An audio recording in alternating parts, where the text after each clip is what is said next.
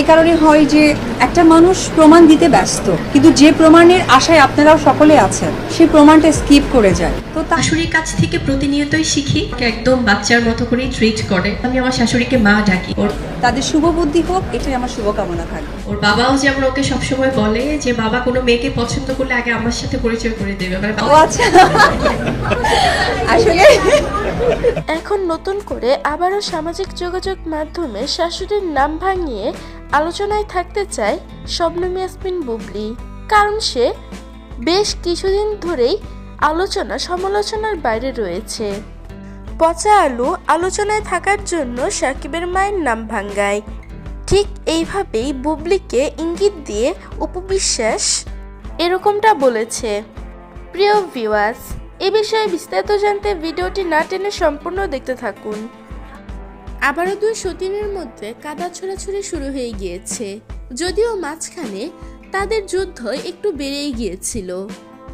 সেটা থেমে আবারও গত কয়েকদিন ধরে আলোচনায় রয়েছে বুবলি।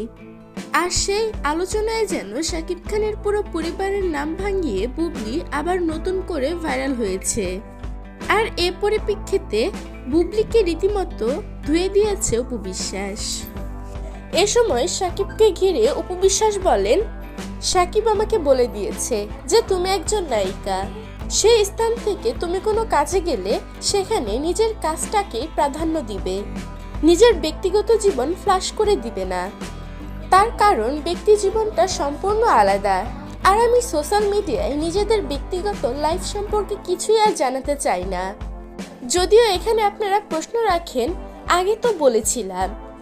হ্যাঁ, আমি আগে বলেছিলাম, কিন্তু এখন আর এইসব নিয়ে কোনো কিছুই বলতে চাই না। মানুষের মতো শ্বশুর শাশুড়িকে নিয়ে মিথ্যা বানোয়াট কথা বলে আলোচনায় থাকতে চাই না।